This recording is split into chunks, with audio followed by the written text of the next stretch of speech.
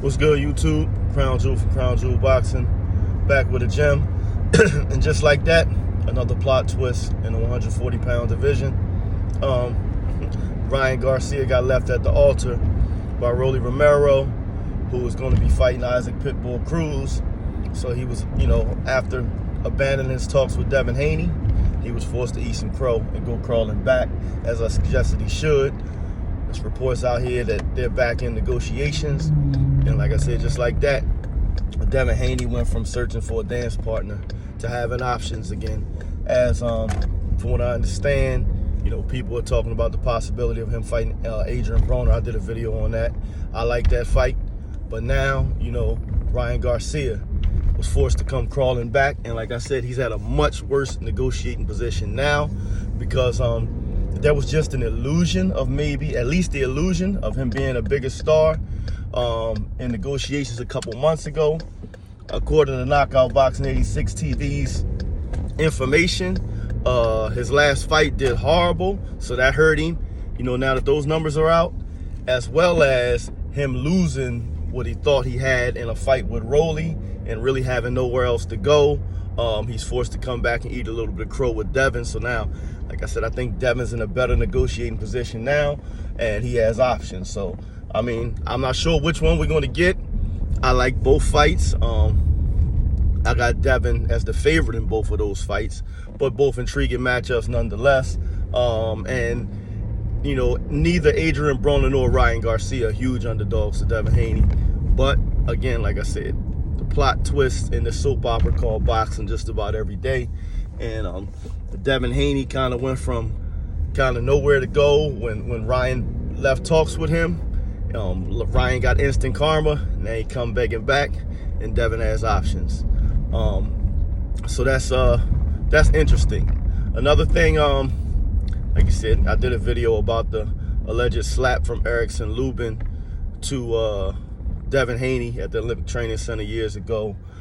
Bill Haney responded to it, and I'm on both sides of the coin. I can kind of agree with him to a certain extent, and of course, there's some of the things he said that I don't agree with. Now, for him to say people shouldn't be claiming other people's work or talking about work that was put in they didn't do or bringing up old stuff, that would be cool if he didn't do the exact same thing. Last year, he came out and said something about somebody allegedly punching Coach Calvin Ford in the face while they weren't alive, and Coach Calvin Ford said it wasn't true, but he didn't have no problem bringing that up. He's been out here calling Tank's people, broke. He does a lot of this type of stuff himself, but now that's being done to Devin. He's saying that we should be above it, and Tank's grandfather should, is too old for this. Well, that's how we felt when you was doing it. So, I can't really feel sorry for him on that end. But on the other end, he did make a real valid point.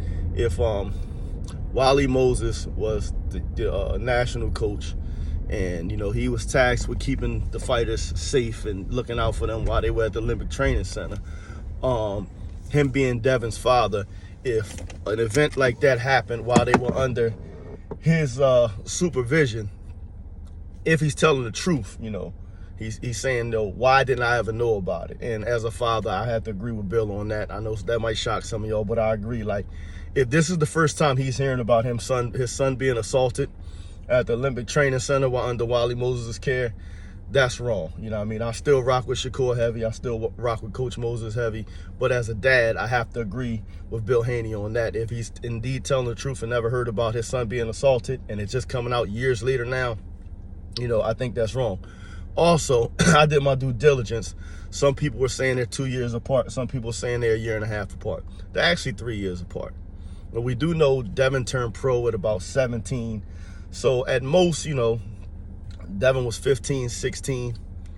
I can't really grade a 15, 16-year-old too bad by getting slapped by somebody 3 years older than them. 3 years for two adults is not a whole lot. But a 15 and an 18-year-old is a huge difference. A 16 and a 19-year-old is a huge difference. So, again, even if the slap did happen, I won't hold that against Devin or, feel no type of way. I don't think it really speaks to his heart or character because, there's 3 years between them. And 3 years when you're talking about adolescence is a big difference. So that's all I have for y'all right now. Until next time, keep your hands up, your chin down, your ass off the floor. Peace.